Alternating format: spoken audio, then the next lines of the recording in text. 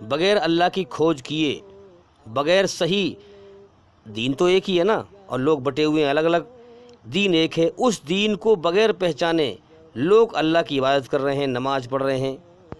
تو لوگ زیادہ تر اللہ کو بن سمجھے، دین حق کو بن سمجھے اللہ کی نماز پڑھ رہے ہیں، اسی لیے دنیا میں گمراہ ہیں، اسی لیے اللہ تعالیٰ کی ہدایت نہیں ملتی، اللہ تعالیٰ اپنا سچا راستہ نہیں دکھاتا، کیونکہ جو اللہ کے لیے کوشش نہیں کرتا اسے ہدایت نہیں ملتی۔ ساری کوشش لگ رہی ہے دنیا پہ۔ مسلمان کے یہاں پیدا ہو گئے ہیں تو ہمارے بڑے بوڑھے بھی نماز پڑھتے تھے، ہم بھی نماز پڑھتے ہیں، وہ بھی رمضان رکھتے تھے، ہم بھی رکھتے ہیں، اور ساری کوشش، ساری محنت، ساری طاقت دنیا پہ لگ رہی ہے، مال بٹورنے پہ، کوٹھی بنگلہ بنانے پہ، زمین جائیداد اکٹھا کرنے پہ، تو اللہ تعالیٰ ہدایت کیوں دے گا بھائی؟ پھر دنیا کے رشتے ناتوں میں بندھے ہوئے ہیں لوگ، اللہ کی طرف کوئی غور نہیں کرتے ہیں۔ یہ سمبھوگ ہم بستری کا جو سسٹم ہے، سمبھوگ ہم بستری کا سسٹم تو اللہ تعالیٰ نے اس لیے بنایا ہے تاکہ روحوں کو، آتماؤں کو، انسانوں کو ٹیسٹ لینے کے لیے سنسار میں بھیجا جائے۔ یہ ذریعہ بنا دیا ہے کہ اس ذریعے سے جو ہے اللہ تعالیٰ بچوں کو پیدا کرتا ہے اور دنیا میں بھیجتا ہے، اور پھر دنیا میں رشتے ناتے بنا دیے ہیں۔ دنیا کے جتنے بھی رشتے ناتے ہیں یا جو بھی چیز ہے، یہ موت تک ہے، صرف موت کے بعد سب ختم ہیں، انسان اللہ کی طرف اکیلا لوٹے گا۔ اور دنیا کی محبت میں ہی انسان فساد پھیلاتا ہے دھرتی پر، یاد رکھیں، کیونکہ وہ نشے میں ہوتا ہے، دنیا کے دھوکے میں ہوتا ہے، وہ سمجھتا ہے دنیا کا ہمیشہ کا جیون ہے، یہ دنیا میرے لیے ہمیشہ گھر ہے، یہاں سے مجھے کبھی نہیں جانا۔ دوسروں کی موت دیکھتا ہے مگر اپنی موت سے خود بے ہوش ہوتا ہے، اندھا ہوتا ہے، اور دھرتی پر فساد پھیلاتا ہے، اللہ کے کمزور بندوں پر جرم کرتا ہے۔ تو یاد رکھیں بھائی، اللہ تعالیٰ جب چاہے کسی کو بھی ہدایت دے سکتا ہے جو اس کے لیے کوشش کرے گا۔ جب ہم یہ جانتے ہیں کہ دنیا میں کوئی بھی ہو اللہ کا بندہ، وہ زندگی کے کسی بھی موڑ پر بھی اللہ سے جڑ سکتا ہے، معافی مانگ سکتا ہے،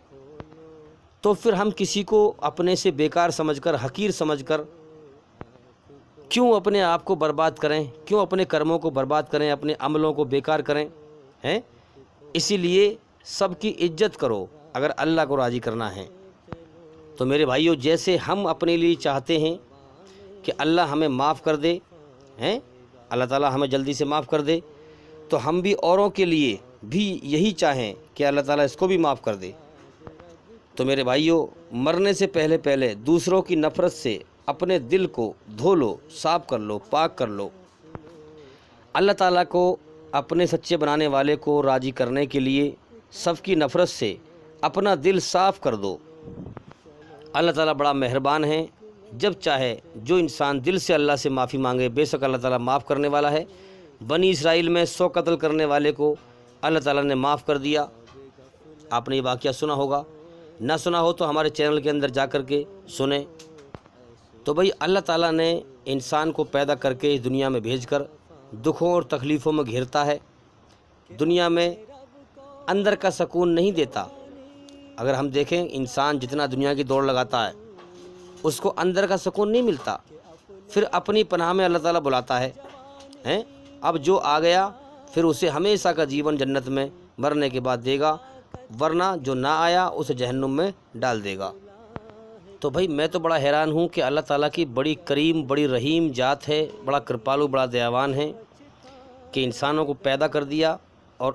اللہ کی بات انسان سنتے بھی نہیں ہیں، پھر بھی انہیں کھلا رہا ہے، پلا رہا ہے، کیونکہ انسان کا سلسلہ اللہ نے شروع کیا ہے امتحان کے لیے، جیون کا سمے دے دیا ہے، کسی وقت میں بھی لوٹا اللہ کی طرف، بے شک وہ بڑا مہربان، بہت معاف کرنے والا ہے۔ لیکن جو ناقدری کر کے مرا، زیادہ ظلم جاستی کر کے مرا، وہی نرک کی آگ میں جائے گا مرنے کے بعد۔ اللہ کی ایک نعمت کھانے پینے کی کوئی حاصل نہیں کر پائے گا۔ تو اس لیے میرے بھائیوں، ہم دل سے اللہ کی کھوج کریں تاکہ وہ ہمیں اپنا سچا راستہ دکھائے۔ جب تک انسان دل سے اللہ سے ڈر